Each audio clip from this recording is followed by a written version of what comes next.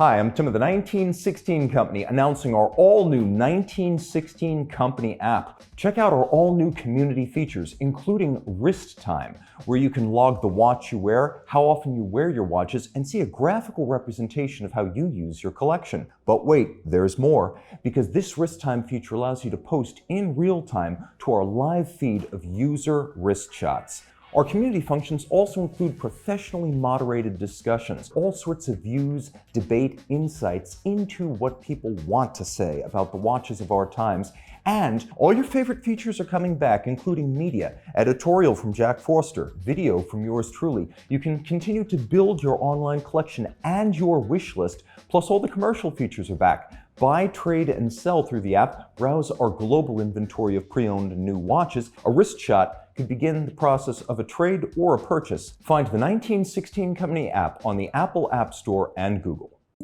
Hi everybody, Jack Forster here, Global Editorial Director for the 1916 Company. And I'm here once again with Eleanor Picciotto, and today we're going to do something a little bit different. We're going to talk about big pieces. Actually, we've talked about big pieces before. Wow, striking We're going to talk pieces. about wow factor pieces. Yes. Big stuff, big stuff. Big stuff, big stones, big thing to consider, Big stones, to look at. big ideas. Yeah, big ideas not so much. But no, what I think, and obviously I'm always starting those videos laughing because you don't know what's happening behind the camera the few seconds before we do the clap. But what I thought was interesting, and especially observing what's happening in the last couple of years, is you and I have the chance to hold in our hands some of the most striking, wow, flabbergasting, some of the English literature would say in some books, where we literally were able to have on our wrist what could be a chalet in Aspen, a house in the south of France, a penthouse in Manhattan, just on our wrist that we would just like casually be trying on from a tray or a window at a watch show. And I should say at the outset that we're not going to try to present these watches or ourselves as morally defensible. They're just incredibly impressive, big pieces that, the fact that they cost a king's ransom is both extremely relevant and almost completely incidental. Completely. And most of the time, we don't even ask what the price is because you're so mesmerized by what you're holding. And obviously, we're talking most of the time of those high gem set watches. But again, in the last couple of years, a gem set watch isn't necessarily for women. And the bigger the carat, usually the bigger the collector. And obviously one of the best examples there is to date is the Billionaire watch from Jacob. Yeah, we're going to start out big. In fact, maybe the biggest. Yeah, probably the biggest. So the first time I saw the Billionaire tourbillon in, is it Basel World it was introduced? Was it that long ago? And with white diamond, yes. Yes. Yellow diamonds was Watches and Wonders. And the Jacob and Company booth was always my favorite to visit at Basel World. No wonder. Just because, well, you could walk in and it was just one enormous stone after another. I mean, there are brands that are famous for big stones. There are brands that are famous for, big colored stones. I mean, Graf is one. Bulgari is famous for the use of colored stones. But for sheer throw weight, to borrow a term from nuclear warfare, it's very, very hard to beat Jacob & Co. And the Billionaire was, I'd never seen anything like it before, and I don't think I'm ever going to see anything like it again. And I don't know if it's possible to outdo that watch. No, but one of the reasons, and for you to understand what is absolutely striking in that Billionaire's watch is, yes, it is fully paved with diamonds, but it is fully paved with every diamond that has and that is set on the watch is a 1-carat emerald cut, which is what makes this watch so striking. When you would put it on the wrist, and I don't have a small wrist, it wouldn't fit. It would be way too big, and it would go all the way like an integrated bracelet made of 1-carat diamond. When you think that just 1 carat of an emerald cut would be a beautiful engagement ring. Yeah. Think about this with more than 300 stones. And what's even more striking is the last Watches and Wonders, they introduced that version in yellow gold, fancy, vivid yellow diamond. Same concept, 1-carat emerald cut diamond for every single stone, which made it kind of a wow factor, even bigger than any of their astronomia watches or mystery watches that they came up with, and that has been part of the Jacobs collection for years. And Yeah. that's another wow factor, where you would have those mystery set baguette cut that would just shape all around the case, and you would have no idea how the stones were to be held in place. And those were also the beauty of those wall pieces.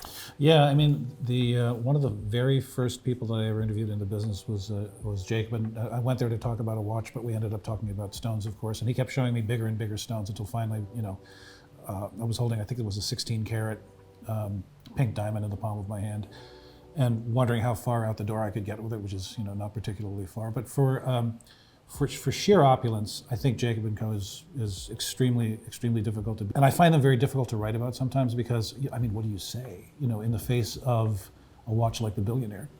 There's so many things to say, actually, because as opposed to big gem set watches, like we see, whether it's fully paved with diamonds and the more the merrier, what's interesting with Jacob, and you have this and you can see this with a few other brands, is the quality of the gemstone is mind-blowing, because most of the time, and we've talked about this in many other videos, is it's purely aesthetic.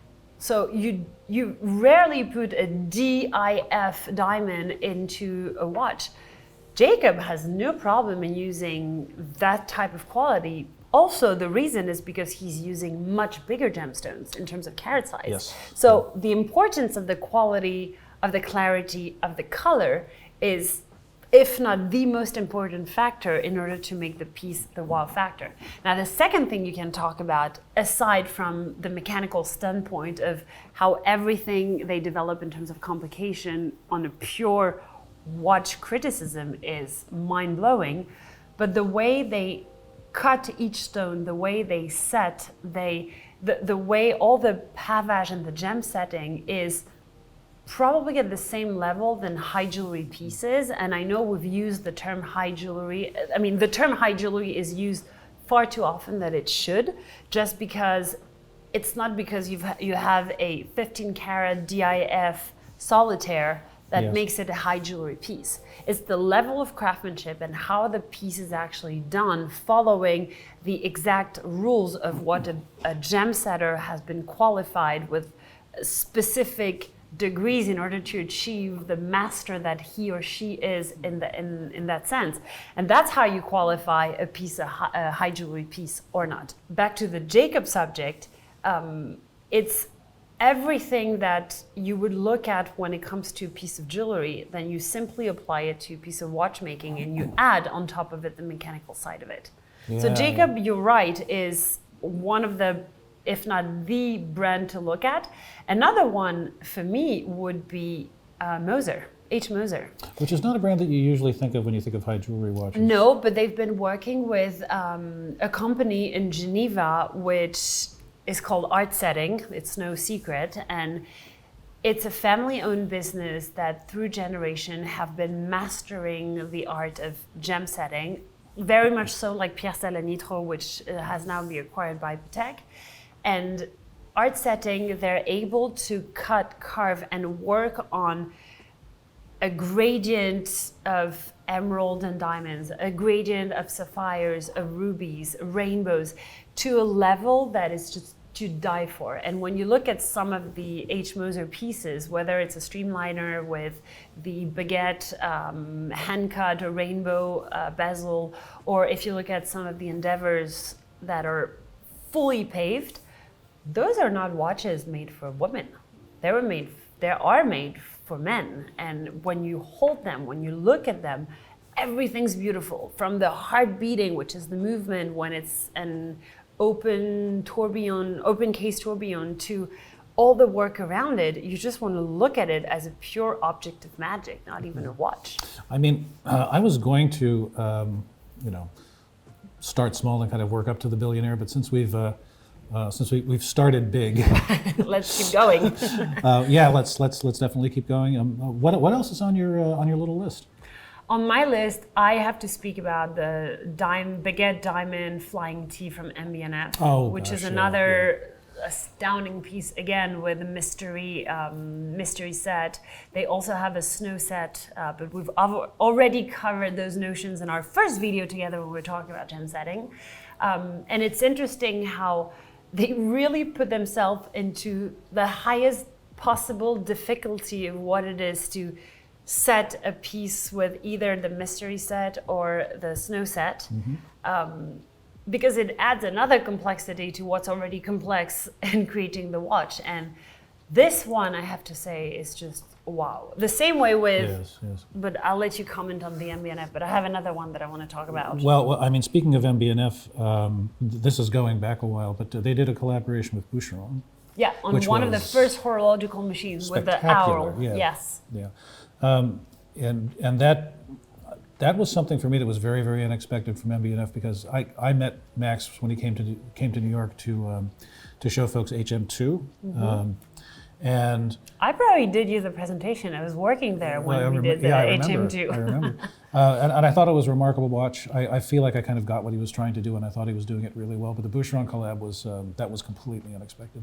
And it's true that when you think about wow pieces, obviously I can name a couple at Cartier, at Van Cleef & Arpels, at Harry Winston, all these, at the end of the day, those jewelers who obviously are known to be high jewelry brands who make watches and have became good at it. But if you speak purely watchmakers, Biver created this beautiful philosophical piece for only watch with this sapphire that were fully set with this beautiful upper dial. It was a fabulous wow piece that, again, you wouldn't expect when you think about when Jean-Claude Biver just came out with his brand 2 years ago. You wouldn't expect him to do such a jewelry piece as one of the very first reference coming out, even though it was a unique piece. But yeah, I mean, it seemed like I wouldn't have predicted it, but it seems like in retrospect kind of a natural extension of the maximalism that Biver is doing, in his own watch designs. I mean, you look at they're all non-high jewelry pieces with the exception of the one unique piece you mentioned, but there's not a single surface on the movement of any of his watches that is not obsessively decorated with his. True. I mean, every single surface that is available to be decorated has been decorated. That watch has been decorated with engraving and with different kinds of movement and case finishings and dial finishings to within an inch of its life. So, gem set maximalism is, in retrospect, kind of a natural extension of that sensibility. And in the same line as the Billionaire with quite substantial carat size, at the last GPHG in the high jewelry watches, there were so many battling for the title, and I think Piaget should have won the prize with the Aura watch, which was this gradient of rubies all the way to diamonds, which was absolutely stunning.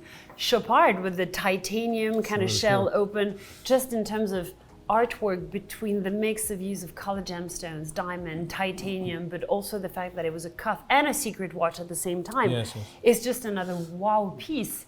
But if you think VCA and the poetic complications, some of them are quite striking in the amount of craftsmanship that's being put into the complication, where you see the day and night, where you see the bridges, and it's less a gem set work, but it still is a wow piece. It's interesting.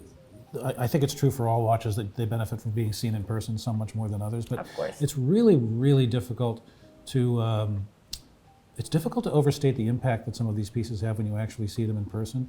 I mean, it's not necessarily necessarily allure either, but I mean, there's something about big stones that is absolutely hypnotic. And when you stand in the presence of something like the Hope Diamond or the Tiffany Yellow, which Tiffany was actually showing to journalists at LVMH Watch Week, I mean, you start to understand why people feel a little bit superstitious and why there are myths and legends, that grow up around significant stones. I mean, it's a little uncanny. You feel like you're in the presence of something that's not quite human. It's powerful, which is why you need to clean your crystals and gemstones, and that's something we'll talk about later. But speaking of Tiffany, when you look at the relaunch of the new collection, and yes, there's the 128, which refers to the carat size of this aquamarine shaped with, like in a dome with like different facets. It's to die for. And yes, you see it on a press release, you see it on Instagram is one thing. But when you actually hold it and when you see the bracelet that has the different shapes and different carat size of just brilliant cut diamond that gives this depth, and then you have the play of shimmering light coming into the aquamarine is just stunning. And then you look at the regular collection with the baguette and like the moving rotor, and you have the kind of 50 shades of blue, which is reminiscent of the different shades of blue that the Tiffany brand has gone through the years, and you have it on the watch, and it's just, wow, that's not the word. Yeah.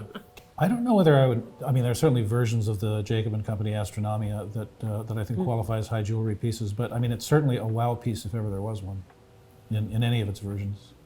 Oh, I mean, all of them. If you look at the Astronomia, just the Harlequin with like the different colors, it's just wow. And then you look at the pink sapphire. It has this perfect hues of pink that are matching, and when you ask him, sometimes it takes more than 3 years to find the exact same color to perfectly mimic and fully round the case. And just this is, it looks like a candy that you just want to hold and play with. Do you remember, I mean, speaking of horological maximalism and wow factor, do you remember, I think this was pre-financial crisis, when Concord was producing increasingly more complicated watches, peaking, I think, in 2009 with a quantum gravity tourbillon? I wasn't born. Oh, you were. Just kidding. I was still in school, so I was not. So I'm not that familiar with this reference. This was one of the most kind of like weirdly wonderful, and I'm sure totally forgotten, except for guys like me who were around at the time. But the quantum gravity tourbillon was something like a 55 millimeter in diameter tourbillon with a tourbillon attached to the side of the case, held in place, I think, with an arrangement of cables that were meant to be reminiscent of a suspension bridge. And they did a full jewelry version. I think they made 2 of them total, and they never tried anything like that again. And I don't have a very clear idea what, if anything, Concord is up to these days. But boy, oh boy, that was a completely ridiculous watch on just about every level that you could possibly think of. But it was, I mean, talk about wow factor. I mean, even if it was wow, I hope I never see anything like that again. I mean, it was wow back in the days, but now when you look at all the red carpet season between the Oscars to the Super Bowl, or all these events that are super big on media and on social media, most of what you can spot on the wrist are wow pieces that are being worn by men and not necessarily rap artists or athletes, and they can just pull it off, and it looks just, again, cool on them. What about wow pieces from sort of more traditional brands? I mean, I think of high jewelry pieces with a lot of knockout factor, and I always think of the Vacheron Callista. Well, the Vacheron Callista is one. The Grand Cala that came out last year. Oh yeah, sure. But it was more of a necklace that gave the time. But I remember when AP came out with the gem set watch, which was this set in a box where there were 10 Royal Oaks that were fully paved, in a like monochrome color, and this set was only sold as a set. Yeah. So you couldn't get one watch or the other. I think they sold more than 20 sets in total. But then at some point, like the wow effect was to see them all together and hold them, and you could see the details where it was fully paved from the bezel to the dial to the bracelet, and next to one another. You were like, I'm like in a candy store. I don't know which one to take. What am I dressed today? Oh, I'll take the blue because I'm wearing denim, but tomorrow I'll be wearing red, so I'll be wearing the rubies. And this is quite fun also to see them and hold them. And when you look at Chopard, for example, who introduces and unveils every year around the Cannes Festival, because they've been obviously partners for so many years, the number of years they've been partner, it's the number of pieces that holds the collection. So for the 75th anniversary of their partnership, there were 75 high jewelry pieces. And amongst those high jewelry pieces, you always have watches.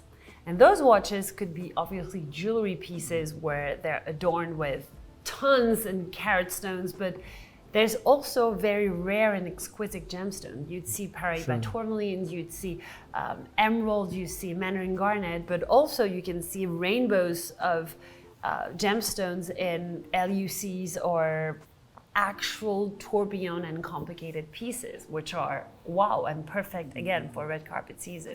I mean, one of the biggest wow factor watches for me was, it's not one that is very, very heavily jeweled, but I mean, I'll never forget the first time I saw a rainbow Daytona in person. Yeah, it's true. And Rolex are part of the brands who only uses sapphires on their bezel, which makes the bezel even more striking and dazzling because you've got the power and the brilliance of a precious stone. Is there anything else anyone we're missing? I mean, I'm thinking back to Basel Worlds Past, and I remember Graf's booth used to be Hublot. Oh, Hublot were yeah, making amazing gem set watches, which were wow pieces, and they were mainly aimed for men, not for women.